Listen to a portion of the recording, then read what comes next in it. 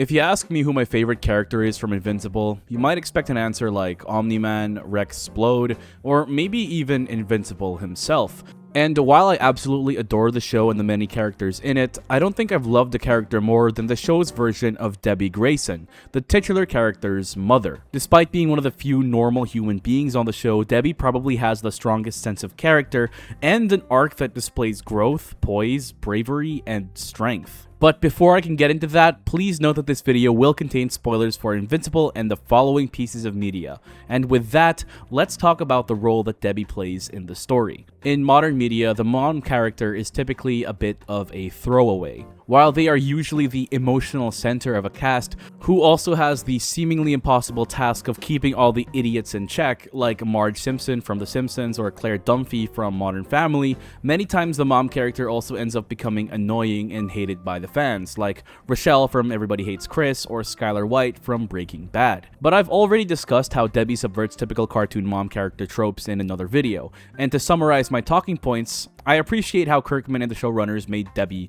vulnerable. Debbie is a very honest character. She's a normal human being. No Viltrumite powers, no secret government enhancements, just a typical suburban mom who happened to marry a superhero and give birth to another one. But while from a power scaling perspective, Debbie definitely isn't topping any charts, from a narrative perspective, her being a normal human being just adds so much to her. Because throughout the series, we've seen Debbie stand up for herself and her family to some of the most powerful beings that we've been introduced to. Despite being just a human, she has put herself in the line of fire for the people that she loves most. And I think one of the most beautiful things about Debbie's character is the fact that she had to grow to get to where she is. And to really illustrate her growth, we need to take a look at Debbie's character arcs throughout the first 3 seasons of the show, leading up to season 4. Season 1, Debbie is the character at her most innocent. She's in love with Nolan, her husband, aka Omni-Man, and is learning to adjust to life as a mother to a superhero after Mark gets his Viltrumite powers, and despite her apprehensions, she ultimately chooses to be supportive of his choice to start hero work. It's not a perfect life, but it's one that she loves. But after the Guardians are killed, everything starts to change for the worse. Earth's premier superhero team, people she's known for years, are gone, and with Nolan out of commission for much of the early season, that means her son has to step up and take his place. And then she starts to suspect that Nolan, her husband and the love of her life, may not have been completely honest with her, and this suspicion culminates in the reveal that the Viltrumites are a militaristic alien race hell-bent on taking control of the galaxy, and that Nolan viewed Debbie as nothing more than a pet, and this understandably broke her. If you go back and watch season 1 of the show, you can see how much Debbie loves Nolan. They share so many intimate conversations and moments with each other. They talk about hero work, selling houses, and just bantering like a normal couple would. It was a beautiful illusion, and it was shattered just like that. To Debbie, Nolan was the love of her life, but to hear that Nolan viewed her as nothing more than a pet, that's simply heartbreaking. It goes without saying that Viltrumites live exponentially longer than human beings do, and while that shows how powerful Viltrumites are, it also illustrates how short human lives are by comparison. At this point in the story, Debbie has spent close to half her life with Nolan. She's known him, loved him, and even raised a child with him. And that's no small feat. It's a huge commitment for any human being to choose to spend your life with someone and start a family with them. And while she probably knew that Nolan was going to outlive her and accepted that fact, to hear him call her a pet, something so far beneath him that he has to take care of just for the fun of it, threw her entire world into disarray. And if that wasn't enough, she even had a front row seat to watching the man she loved treating her people like insects and murdering thousands in cold blood, all while beating up the child they raised, her own son, to a pulp. The message was clear. Nolan didn't care about Debbie or Mark. To him, they were disposable. And we would see the emotional aftermath of all of this in season 2, when we meet a Debbie that is a shell of her former self. The love of her life is gone. The only person alive who links her to him, her son Mark, has thrown himself into fighting crime. Debbie's perfect life has been shattered beyond repair. And as you can imagine, she has no idea what to do or who to go to. It's when Olga, the late Red Rush's lover, comes to comfort her that she finally gets some much needed solace, because at this point in the story, she has nobody to talk to about her situation. Because how could she? Who in the world could possibly understand what Debbie was going through? To have the love of her life murder thousands simply because he could, while nearly murdering their own son. Olga then directs her to a support group for partners of fallen heroes, where she meets Theo, Green Ghost's husband, who quickly becomes her friend and helps her make sense of her situation, until she reveals to him who her husband really was.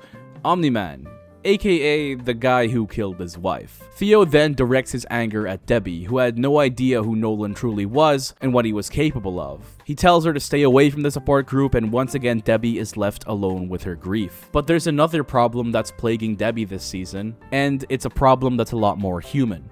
Her son Mark is becoming an adult and slowly becoming more independent. A very interesting thing about Debbie is that most of her scenes are shared with either Nolan or Mark in the first season, and she's playing either the role of mother or wife respectively. Thus, this implies that a lot of her character is her being one of those two roles, which is also the case for a lot of mothers in real life. Because you don't just raise a child into adulthood, or spend your life with someone, and not have them be one of your defining traits. But with Mark moving on in life without her and Nolan out of the picture, the loneliness really starts to hit Debbie. She thought that she would at least always have Nolan by her side, but his and Mark's absence clearly had its effect on her. For the longest time, Debbie's life was spent as a realtor, mother, and wife. But then her role as a mother starts to change, and her role as wife has seemingly been erased. In response, she throws herself at her work, but when that falls apart and she's unable to sell a house, she crashes out, chugging wine like it's water and breaking apart her own kitchen.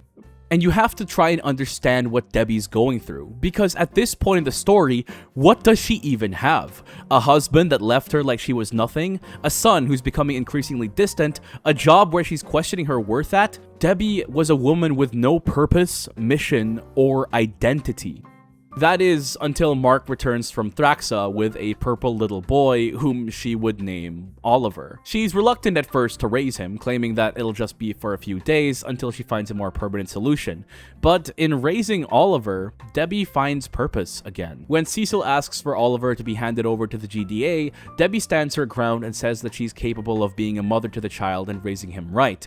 After all, she's the one who raised Invincible, who has saved the world multiple times at this point in the story. And while she does claim that her raising Oliver isn't about her, I don't think that's entirely true. Debbie has grown fond of being a mother again, so much so that she even gave Oliver his name.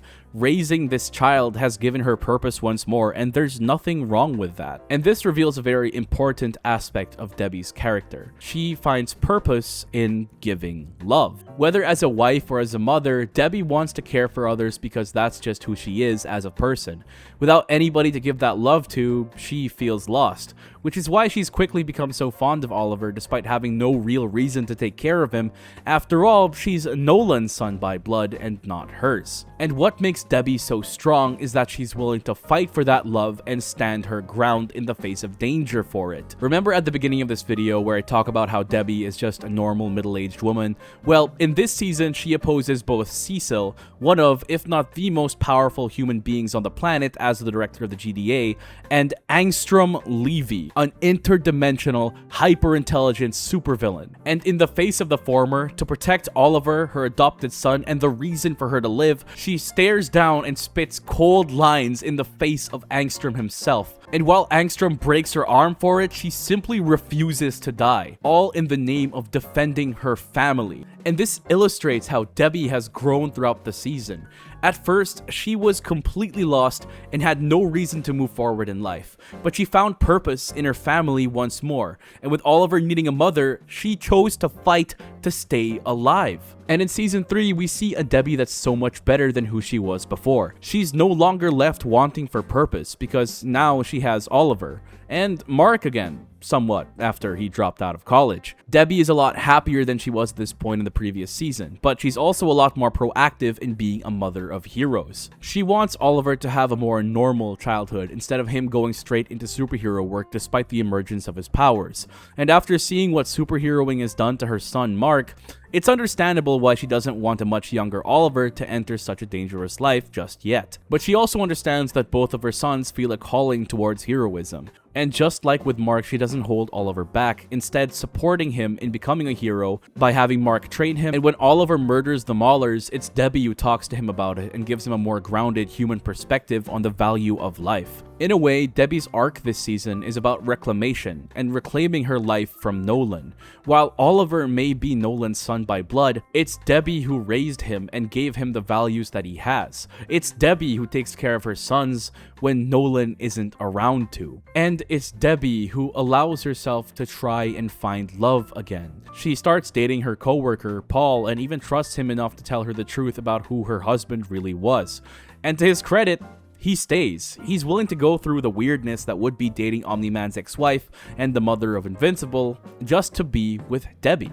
And you know what? After everything that she's been through and all the good that she's done, Debbie deserves to find love again. The kind of love that makes her feel like the most important person in the world. And we have to acknowledge just how much strength it took Debbie to get there. At a certain point, she had nothing, but she allowed herself to find new love in Paul and in Oliver because she's a great partner and mother, despite her ex-husband treating her otherwise. Which brings us to season 4. We see a version of Debbie that's the happiest she's ever really been.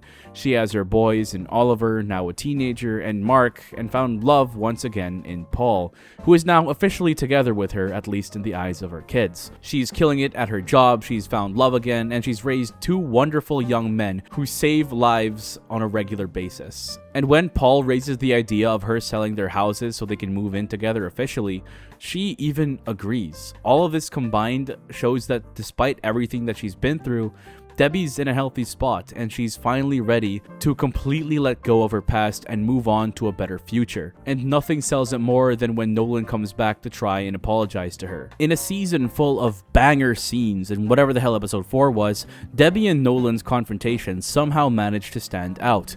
In the scene, Nolan apologizes to Debbie for everything he'd done, for killing thousands, for nearly murdering their son, and for abandoning Oliver. In any other show, Debbie might have just relapsed and taken him back and they might have been a couple again, but as we all know, Invincible isn't just any other show. Debbie stands her ground and calls Nolan out because his words and apologies can't just bring back the lives he ended for no reason, nor can they undo the pain that he's caused her family. She calls him out on his apology as if it fixes any of the damage that he's done. And that's a very stark contrast to previous scenes in the season, where the Gildarians and Space Racer both kind of just forgive him after he says he's sorry. Perhaps there was a piece of Nolan that thought that if he apologized, maybe Debbie would love him again, but it's not that easy. In this scene, Nolan wants Debbie back, but won't say it because he's smart enough to know that Debbie just doesn't. He calls Andressa, Oliver's mother, a mistake, seemingly calling Oliver, the sweet boy that she raised, a mistake as well. Nolan declares her love for her and that he missed her, but Debbie just scoffs. She states that the Viltrumite standing before her killed the man she loved. And Debbie is all the stronger for it because she's built a life outside of Nolan. She doesn't need him anymore. She's moved on. She punches him despite it causing her knuckles to bleed and refuses to let him help her afterwards. And narratively, it shows how Debbie was hurt by Nolan even if he never directly tried to. And her telling him to leave after the confrontation shows that Debbie can now handle herself and that she can heal without him being there. And as her final request before her boys go to war for the fate of the world, she asks for a simple dinner with the people she loves most. A dinner without Nolan. And that's why I think that Debbie Grayson is Invincible's strongest human, because it takes a monumental amount of strength to look at the person who once loved you, but also hurt you beyond repair, and to choose yourself and walk away. And I think that's whack.